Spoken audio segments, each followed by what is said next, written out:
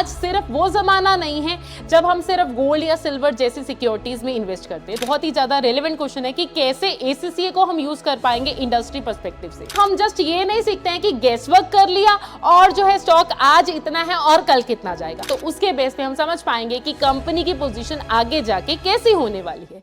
Ma'am, ACCA तो हम start कर लेंगे, बट एसीसीए स्टार्ट करने के बाद एसीसीए की नॉलेज से कैसे हम इंडस्ट्री को, कैसे स्टॉक मार्केट को समझ सकते हैं। बिकॉज आज के जमाने का ट्रेंड तो यही है कि लोग जो है स्टॉक मार्केट में इन्वेस्ट करते हैं। आज के लोग जो है इन्वेस्टमेंट करते हैं डिफरेंट एरियाज में। आज सिर्फ वो जमाना नहीं है जब हम सिर्फ गोल्ड या सिल्वर जैसी सिक्योरिटीज में इन्वेस्ट करते हैं। तो फिर मैम एसीसीए जैसी प्रोफेशनल क्वालिफिकेशन को हम कैसे यूज कर सकते हैं? तो बहुत ही ज्यादा रेलेवेंट एरिया है, बहुत ही ज्यादा रेलेवेंट क्वेश्चन है कि कैसे एसीसीए को हम यूज कर पाएंगे इंडस्ट्री पर्सपेक्टिव से। तो देखिए, हम समझते हैं, देखो स्टॉक मार्केट जो है, इट्स नॉट जस्ट कि स्टॉक मार्केट में मैंने काम किया और देख लिया कौन सी कंपनी में आज शेयर की वैल्यूएशन क्या है। नहीं, हमें समझना होता है इंडस्ट्री को, हमें समझना होता है उसका बिजनेस मॉडल को कि वो इंडस्ट्री, वो बिजनेस कैसे चल रहा है। एसीसीए से अब हमें कैसे हेल्प मिलेगी मैम? फिर देखो, एसीसीए जब हम करते हैं ना, तो उससे हमें समझ में आता है कि कोई भी कंपनी की फाइनेंशियल स्ट्रेंथ कैसी है, उस कंपनी की फाइनेंशियल पोजीशनिंग कैसी है, उस कंपनी में कितना रिस्क चल रहा है एंड क्या वो कंपनी ग्रो कर सकती है considering the sustainability point of view. अब देखो, एसीसीए के जो स्टूडेंट्स होते हैं ना, वो ये सब कुछ रियल लाइफ में सीखते हैं एंड एसीसीए का जो करिकुलम होता है वो ये सब चीजें स्टार्टिंग से ही सिखाता है। तो एसीसीए में हम जस्ट ये नहीं सीखते हैं कि गेस वर्क कर लिया और जो है स्टॉक आज इतना है और कल कितना जाएगा। हम इसको डीपली जो है एनालाइज करना सीखते हैं। तो अब देखो, अगर आपको जब कभी भी इंडस्ट्री को समझना है, आपको कैसे समझना है, स्टॉक को सिलेक्ट करने से पहले समझना है। तो फिर अब वो हम कैसे समझेंगे? देखो, एसीसीए में जैसे कि अब आपको पता है कि मैम लेते हैं एसबीएल जैसा पेपर, तो एसबीएल हो या फिर एक पेपर आता है हमारे पास बीटी बिजनेस टेक्नोलॉजी का, तो वहां पर हमारे पास कुछ कुछ मॉडल्स लगते हैं। तो हम बिजनेस के पॉइंट ऑफ व्यू से समझें तो कंपनी की परफॉर्मेंस जो है वेरी करती है, वो करती है वेरी डिपेंडिंग अपॉन इंटरनल और एक्सटर्नल फैक्टर्स, क्योंकि ये सारे फैक्टर्स कहीं ना कहीं बिजनेस को अफेक्ट करते हैं। तो वो फैक्टर्स में मेरे पास आ जाता है पोर्टर 5 फोर्सेस मॉडल जैसा मॉडल। कंपनी की कंपटीशन पोजीशन कैसी है, कंपनी के ऊपर एंट्री बैरियर्स कैसे हैं, ये सब चीजें हम सीखते हैं। अब ये सब चीजें आपको कहां से पता चलती हैं? एसीसीए की डीप नॉलेज से, जो कि हम एसीसीए के प्रोफेशनल पेपर्स में लगाते हैं, अप्लाई करते हैं। और पेपर का करिकुलम ही ऐसा होता है कि आपके सामने एक कंपनी की सिचुएशन अवेलेबल होती है और आपको उसमें एनालाइज करना होता है। उन सिचुएशन में अगर आप होते तो आप कैसे डील करोगे, ये सब कुछ बताना होता है। एंड ये सब नॉलेज से आप जो है समझ पाओगे कि कंपनी के ऊपर कौन कौन से रिस्क हैं, कंपनी का गवर्नेंस स्ट्रक्चर कैसे है, कंपनी की परफॉर्मेंस कैसे चल रही है। एंड वही अगर हम रियल लाइफ में अप्लाई करेंगे तो उसके बेस पे हम समझ पाएंगे कि कंपनी की पोजीशन आगे जाके कैसी होने वाली है। तो मैम, फिर ऐसी कौन सी इंडस्ट्रीज हैं जहां पर हम ये इसको अप्लाई कर सकते हैं? देखो, अप्लाई तो हर एक इंडस्ट्री में किया जा सकता है, चाहे वो हो मैन्युफैक्चरिंग इंडस्ट्री, चाहे वो हो फार्मा इंडस्ट्री, चाहे वो हो बैंकिंग सेक्टर या फिर हो एफएमजीसी सेक्टर। तो अब स्टॉक मार्केट में तो ये सारी तरह की कंपनीज आज की डेट में लिस्टेड कंपनीज हैं। तो अब स्टॉक मार्केट में समझने के फायदे क्या होते हैं? अगर मैं इन सब की हेल्प से स्टॉक मार्केट को समझ लूं तो मुझे ये समझ में आ जाएगा कि कौन सी इंडस्ट्री आज की डेट में स्ट्रांग है, कौन सी इंडस्ट्री वीक है और कहां पर मुझे पैसा लगाना है या फिर कहां से पैसा निकालना है। और ये सब कुछ भी हम सीखते ही हैं। जहां पर इंडस्ट्री में रिस्क ज्यादा होगा, जहां पर कंपनी में कंपटीशन ज्यादा होगा, जहां पर कंपनी में मार्जिन कम होगा, वो वाली कंपनी में, वो वाली इंडस्ट्री में मुझे नहीं जाना है। बिकॉज मुझे पता है पैसा तो हमें बिजनेस में करना है मल्टीप्लाई, और हमें वो पैसा जो है रिड्यूस नहीं करना है, डिवाइड नहीं करना है। और वो इसलिए पता चल पाएगा क्योंकि हमने इन चीजों को बहुत ही डीपली एनालाइज किया हुआ होगा। तो फिर मैम, एनालाइज कैसे किए होगा? मैम, बैंकिंग अगर सेक्टर की बात हो तो मैम बैंकिंग सेक्टर में फिर कैसे एसीसीए की नॉलेज अप्लाई होगी? देखो, एसीसीए की नॉलेज जो है हम डिफरेंट, जैसे कि मैं आपको बोलती हूँ एसीसीए है कॉकटेल ऑफ मल्टीपल सब्जेक्ट। तो एसीसीए में अगर सब्जेक्ट्स की बात करी जाए एफए, एफआर और एसबीआर, यहाँ पर हम कंपनी के एसेट्स के बारे में, कंपनी की रेशियोज के बारे में, कंपनी के इनकम्स के बारे में ये सब कुछ समझते हैं, कंपनी के एनपीए लेवल के बारे में समझते हैं। एंड यही की नॉलेज कंपनी की पोजीशनिंग बताती है, कंपनी की फाइनेंशियल स्ट्रेंथ बताती है। अब बात की जाए एफएम जैसे पेपर्स की, तो वहां से कंपनी का liquidity, risk exposure, cost of capital, ये सब टर्म्स जो है जो कि आप लोग जो है रियल लाइफ में देखते होंगे। कभी भी किसी भी कंपनी के फाइनेंशियल स्ट्रक्चर को समझना हो तो हम यहीं से तो समझते हैं दोस्तों। अब तो मैम फिर कोई और पेपर भी बताओ। अब देखिए और पेपर में मैं तो बात करूंगी अपना पेपर यानी कि एएसबीएल की बात, तो हम जो है रेगुलेटरी रिस्क, हम जो है गवर्नेंस स्ट्रक्चर एसीसीए की हेल्प से ही सीखते हैं। तो अब मैम उसके अलावा देखो सारे बैंक जो है अच्छे तरह से इन्वेस्टमेंट डिसीजन दे पाए, सारे अच्छे नहीं होते हैं। देखो कुछ ऐसे होते हैं जो कि वर्स्ट परफॉर्मेंस डिसीजन में निकल आते हैं। तो देखो हर डिसीजन हमारा सही नहीं हो सकता। कंपनी के बैलेंस शीट दिखने में, दोनों बैलेंस शीट टैली होना is not just a balance sheet. आपको उसको कैसे समझना है, आपको यह समझना है कि बैलेंस शीट स्ट्रांग है प्लस मेरा एनपीए कम है, यानी कि एनपीए कम होना हमारे लिए अच्छी बात है। ये हमें कहां से पता चलेगा? एसीसी के हेल्प से पता चलेगा। जितना सेफ उतना ही बेटर। तो अब मैम फिर और क्या सीख सकते हैं? देखो मुझे अपना कंपनी का रेवेन्यू मॉडल समझना है। क्या मेरी कंपनी दूसरे कंपनी की दूसरी करेंसी पे जो है डिपेंडेंट है? ये सब चीजें हम जो है सीखेंगे। हम कॉस्ट एनालिसिस करेंगे, हम मार्जिनल ट्रेंड करेंगे। ये सब कहां से पता चलेगा? ये हमें पता चलेगा हमारे पीएम जैसे, एपीएम जैसे, एमए जैसे पेपर से जो कि एसीसीए में हम पढ़ते हैं। तो देखिए आप देख पा रहे हैं कि multiple topic areas, multiple subjects की यूसेज जो है एसीसी में होती है। तो ये इसका प्रो है। बहुत सारे बच्चे कहते हैं कि मैम एसीसी में तो इतने सारे सब्जेक्ट पढ़ने पड़े, तो वो इतने सारे सब्जेक्ट आपके लिए इतने सारे चैनल जो है ओपन कर रहे हैं एंड डिफरेंट डिफरेंट तरीके से आप जो है इन कंसेप्ट्स को अप्लाई करते हो इंडस्ट्री में। तो अब रिस्क को समझना बहुत जरूरी है। देखो ऑडिटिंग का रिस्क अलग लेवल का होता है, बिजनेस का रिस्क अलग लेवल का होता है, जो कि हम एसीसीए से सीखते हैं। तो क्लाइंट को लेके, टेक्नोलॉजी को लेके, टेक्नोलॉजी डिस्ट्रप्शन एक बहुत ही बड़ा इंपॉर्टेंट फैक्टर है बिजनेस को खराब करने में और बिजनेस को बढ़ावा देने में। क्योंकि अगर टेक्नोलॉजिकल चेंजेस हो रही हैं और अगर कोई ऐसी इंडस्ट्री है, कोई ऐसी कंपनी है जो कि इसको अडेप्ट कर लेती है, उसके साथ अपने आप को चेंज कर लेती है, तो वो कंपनी आगे सर्वाइव कर जाएगी। और फिर मुझे ये देखना है कि ये कंपनी ऐसी है जो कि अपने आप को चेंज कर लेती है, सर्वाइविंग मोड पे रहती है, तो कंपनी की रेवेन्यू जो है आगे जाके कंटिन्यू रहेगी। तो यस कि मुझे इन्वेस्टर के पॉइंट पे देखना है कि हाई रेवेन्यू ग्रोथ है बट मार्जिन जो है गिर रहे हैं। रेवेन्यू हो रहा है पर मार्जिन गिर रहे हैं। तो रेवेन्यू होना, बहुत बार बच्चे क्या देखेंगे, रेवेन्यू हो रहा है बट अगर रेवेन्यू हो रहा है और मेरे मार्जिन गिर रहे हैं, तो देखो ये सोचने वाली बात है।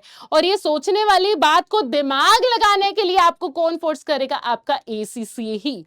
नाउ मैम अगर पीएम की बात की जाए तो पीएम में हम वेरिएंस जैसे, ऑपरेटिंग लीवरेज जैसे ऐसे वाले एरियाज के ऊपर हम जो है नॉलेज सीखते हैं।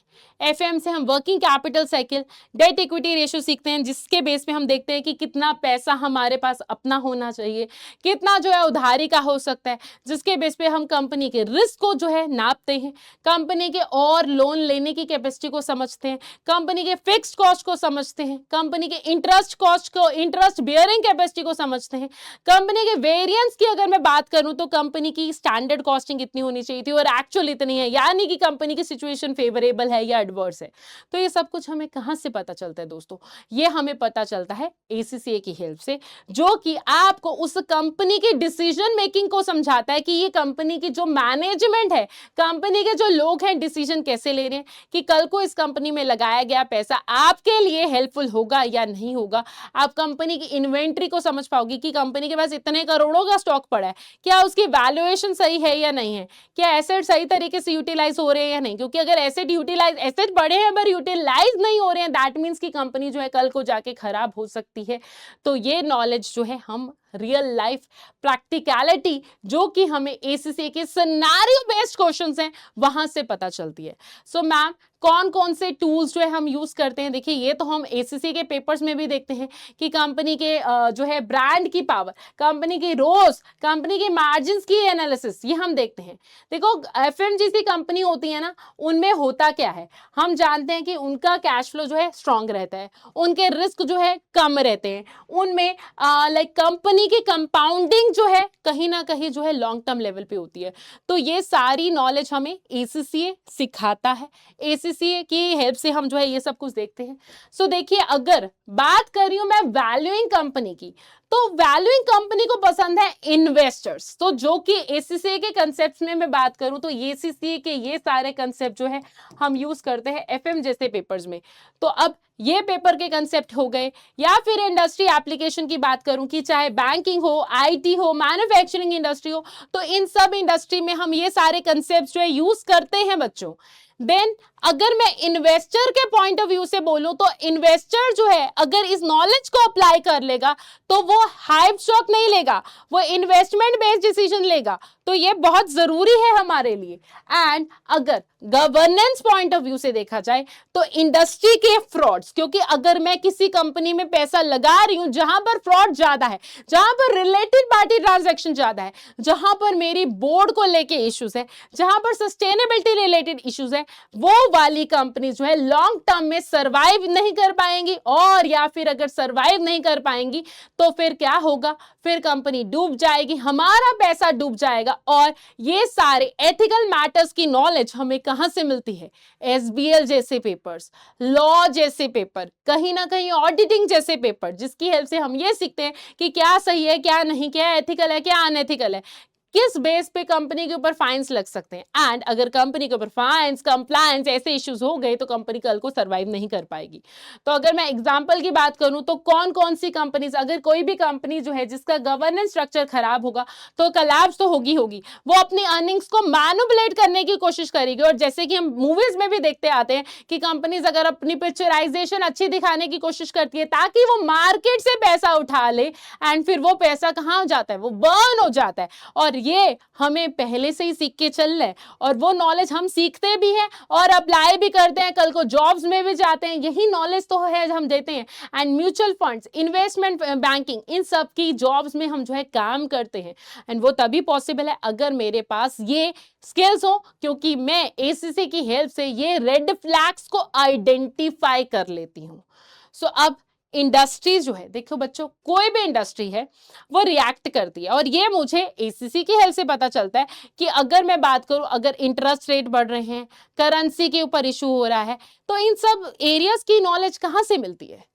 डिफरेंट सब्जेक्ट से, डिफरेंट स्किल से, जो कि एसीसी सिखाता है कि अच्छा बैंक को कब फायदा होगा, करेंसी की जो डिपेंडेंसी, करेंसी की फ्लक्चुएशन होगी तो क्या होगा, क्या सही है, क्या गलत है। तो अब ये वाले पॉइंट देखा जाए तो एसीसी की नॉलेज से मुझे ये मैक्रो एरियाज के बारे में पता चलता है कि कहां पर किस एरिया पे मुझे इन्वेस्ट करना है। एंड अब अगर मैं बात करूं एसीसीए की इन्वेस्टमेंट चेकलिस्ट की, एसीसीए का जो एरिया है आप कहां कहां पर लगाते हो, तो इंडस्ट्री के बारे में आप सीखना चाहोगे तो आप एसबीएल जैसे पेपर में देखते हो। फिर उसके बाद आपको अगर कंपनी की फाइनेंशियल स्ट्रेंथ के बारे में समझना है तो एसबीआर जैसे पेपर में जाओगे। फिर अगर कंपनी की प्रॉफिटेबिलिटी को देखना है तो आप फिर एसीसी के जो है एफएम पेपर को देखोगे। रिस्क को देखना है तो पीएम एसबीएल जैसे पेपर, वैल्यूएशन को देखना है फिर एफएम जैसे पेपर, गवर्नेंस को देखना है एथिक्स या फिर मैं जो है एसबीएल जैसे पेपर को जो है यूज करूंगी। इन सब एरियाज की चेकलिस्ट जो है क्वालिफाई होगी, फिर जो है आप इन्वेस्ट करोगे। और यही एक अच्छा साउंड इन्वेस्टर करता है, इन्हीं फैक्टर्स को ध्यान में रखता है एंड देन वो इन्वेस्ट करता है। सो एसीसीए हमें सिखाता है मेरा फेवरेट स्किल यानी कि प्रोफेशनल स्केप्टिसिज्म। वो हमें सिखाता है कि कौन कौन से एरियाज के ऊपर मुझे रिस्क को लेके अवेयर रहना है, कहां कहां पर मुझे एथिकल डिसीजन मेकिंग में जाना है, कहां पर मुझे लॉन्ग टर्म पर्सपेक्टिव के बारे में सोचना है। एंड बेस्ड ऑन दिस मैं स्टॉक मार्केट के बारे में सोचूंगी कि यस कि मुझे गैम्बल नहीं करना। देखो पैसा लगाया है, मेहनत का पैसा है, हम इसको मल्टीप्लाई करना है, बट ये जुआ नहीं है, हमें ऐसे नहीं करना है। आपको दिमाग से पैसा इन्वेस्ट करना है, लॉजिकल इन्वेस्ट करना है, और ये आपको एसीसी की हेल्प से पता चलता है। एसीसी आपको इंडस्ट्री के बारे में नॉलेज तो देता है बट साथ साथ आपको इन्वेस्टर वाला माइंडसेट भी देता है। एंड जस्ट आपको पेपर के लिए प्रिपेयर नहीं करना, एसीसी आपको जॉब्स के लिए, ऑडिट के लिए, कॉर्पोरेट रोल्स के लिए प्रिपेयर करता है। एंड इसी की हेल्प से आप जो है इंडस्ट्रीज को समझते हो, आप समझते हो कि कंपनी की लॉन्ग टर्म पोजीशनिंग क्या है, एंड देन फिर उसी की हेल्प से आप जो है एक लॉन्ग टर्म वेल्थ जो है क्रिएट करते हो और एक वैल्यूएबल एसेट बन के कंपनी के लिए सामने आते हैं। सो देखिए, हमने सीखा कि ACCA जो है आपको डिफरेंट डिफरेंट सब्जेक्ट्स की हेल्प से डिफरेंट डिफरेंट एरियाज में नॉलेज देता है, एंड यही नॉलेज के बेस पे आप जो है इंडस्ट्री में, आप जो है उस कंपनी में इन्वेस्ट करते हो, अपने स्टॉक्स में पैसा लगाते हो एंड अपनी वेल्थ जो है जनरेट करते हो, और सिर्फ अपनी ही नहीं, अपने क्लाइंट्स की भी हेल्प करते हैं। सो यही है ACCA का रोल, एंड आई होप आप लोग भी ऐसे ही ACCA की नॉलेज को डिफरेंट डिफरेंट एरियाज में अप्लाई करके लोगों की मदद करोगे एंड अपनी वेल्थ को जो है जनरेट करोगे, अपने क्लाइंट्स की वेल्थ को है जनरेट करोगे। So thank you so much बच्चों, मिलेंगे हम फिर अगले सेशन में।